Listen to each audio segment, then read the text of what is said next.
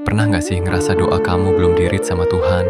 Atau merasa sudah kerja keras sebagai kuda, tapi hidup rasanya jalan di tempat gitu-gitu aja? Kalau iya, tenang, kamu nggak sendirian. Selama beberapa waktu terakhir, saya sharing sebuah perjalanan kecil tentang cara turun dari treadmill dunia, dan hari ini saya ingin merangkum seluruh perjalanan itu untuk kamu. Mari kita bicara dari hati ke hati, tanpa menghakimi, hanya sebagai sesama manusia yang sedang mencari jalan pulang. Kita sering terjebak dalam ambisi, ngejar dunia itu kayak lari di treadmill, capeknya dapet, tapi lokasinya di situ-situ aja kalau nggak dibarengi rasa syukur. Rezeki itu sudah ada alamatnya, nggak bakal nyasar ke tetangga, apalagi ketukar sama paket kurir. Masalahnya, kita sering lebih percaya algoritma Instagram daripada ketetapan Tuhan. Ingat nggak ambisi kita di malam pergantian tahun? Kita beli buku agenda baru yang estetik, beli sepatu lari yang harganya bikin dompet menangis, dan janji sama diri sendiri. Tahun ini saya bakal produktif, bangun jam 4 pagi, dan diet ketat. Tapi realitanya, setelah berbulan-bulan, agenda itu baru terisi 2 halaman. Itu pun isinya cuma coretan tes pulpen. Sepatu lari itu masih kinclong di kardusnya, karena lebih sering kita pakai buat foto OOTD daripada buat lari beneran. Kita merasa sudah sibuk banget tiap hari, tapi pas dicek, yang maju bukan pencapaian kita, cuma tagihan paylater kita aja yang makin lari kencang. Kita capek, tapi sebenarnya, kita nggak kemana-mana. Kita tertawa karena itu terasa nyata kan, tapi pernah nggak kita tanya ke hati kecil kita, kenapa kita secapek itu? Inilah yang saya sebut sebagai treadmill dunia. Di atas treadmill, kaki kita bergerak 1000 langkah per jam, keringat kita bercucuran, napas kita tersengal-sengal. Tapi saat kita turun, kita sadar kita masih di titik yang sama. Kita terjebak dalam siklus kejar-kejaran yang nggak ada ujungnya. Kita mengejar pengakuan manusia, mengejar angka di rekening yang nggak pernah terasa cukup, sampai kita lupa kalau rezeki itu sudah ada alamatnya. Tuhan nggak pernah minta kita lari sampai hilang arah. Dia cuma minta kita melangkah dengan berkah. Di sini, kita akan belajar cara mematikan mesin treadmill itu supaya kita bisa mulai berjalan di atas tanah yang nyata, tanah yang membawa kita benar-benar maju menuju ketenangan. Terus gimana caranya biar nggak burn out? Rahasianya bukan lari lebih kencang, tapi tahu kapan harus ngerem. Ibadah itu kayak recharge HP, kalau nggak dicolok ke sumbernya, ya mati gaya.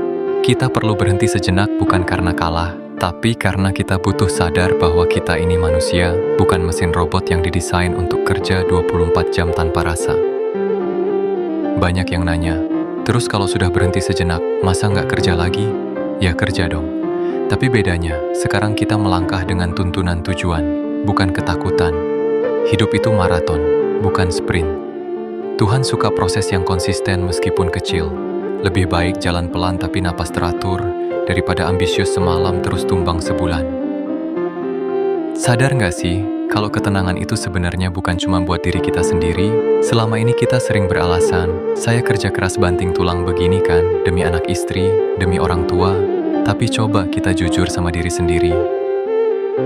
Kadang kita sibuk ngejar dunia demi bahagiain mereka. Tapi pas sampai di rumah, kita justru bawa aura mendung, yang bikin seisi rumah ikutan hujan. Kita pulang dengan muka ditekuk kayak cucian belum disetrika. Ditanya sedikit sama pasangan jawabnya ketus. Anak mau ngajak main, kita malah sibuk marah-marah karena notifikasi kerjaan belum beres. Lucunya, kita sering nuntut orang rumah buat ngertiin capeknya kita, padahal mereka itu butuh kehadiran kita, bukan sisa-sisa emosi kita. Jangan sampai ya, Pak Satpam Komplek atau kurir paket lebih sering lihat senyum ramah kita daripada orang rumah sendiri. Kan kasihan anak istri, masa setiap hari harus dapat jatah muka singa kelaparan hanya karena kita gagal ngerem ambisi di kantor. Hehehe. Ternyata, hadiah terbaik buat orang tersayang itu bukan cuma soal nominal yang kita transfer, tapi soal ketenangan yang kita bawa pulang ke meja makan. Saat kita sudah selesai dengan diri sendiri, saat kita sudah berdamai dengan ketetapan Tuhan, aura kita berubah, kita jadi lebih sabar dengerin cerita receh anak kita, lebih lembut sama pasangan, dan lebih asik diajak kerja bareng sama teman kantor. Ketenangan hati itu adalah sedekah yang paling murah tapi paling mewah. Karena saat kamu tenang, kamu memberikan rasa aman buat orang-orang di sekitarmu. Jadi, mulai sekarang, pastikan orang tersayangmu dapat versi terbaik dari kamu, bukan cuma dapat sisa-sisa lelahmu doang. Akhirnya, kita sampai di puncak perjalanan. Perjalanan terjauh kita adalah pulang ke diri sendiri. Dan Tuhan, rasa cukup itu adalah tamu yang cuma mau datang ke hati yang sudah rapi. Begitu kita berdamai dengan ketetapannya, dunia yang tadinya terasa sempit tiba-tiba jadi luas, luar biasa. Semuanya bakal baik-baik saja karena Tuhan gak pernah tidur.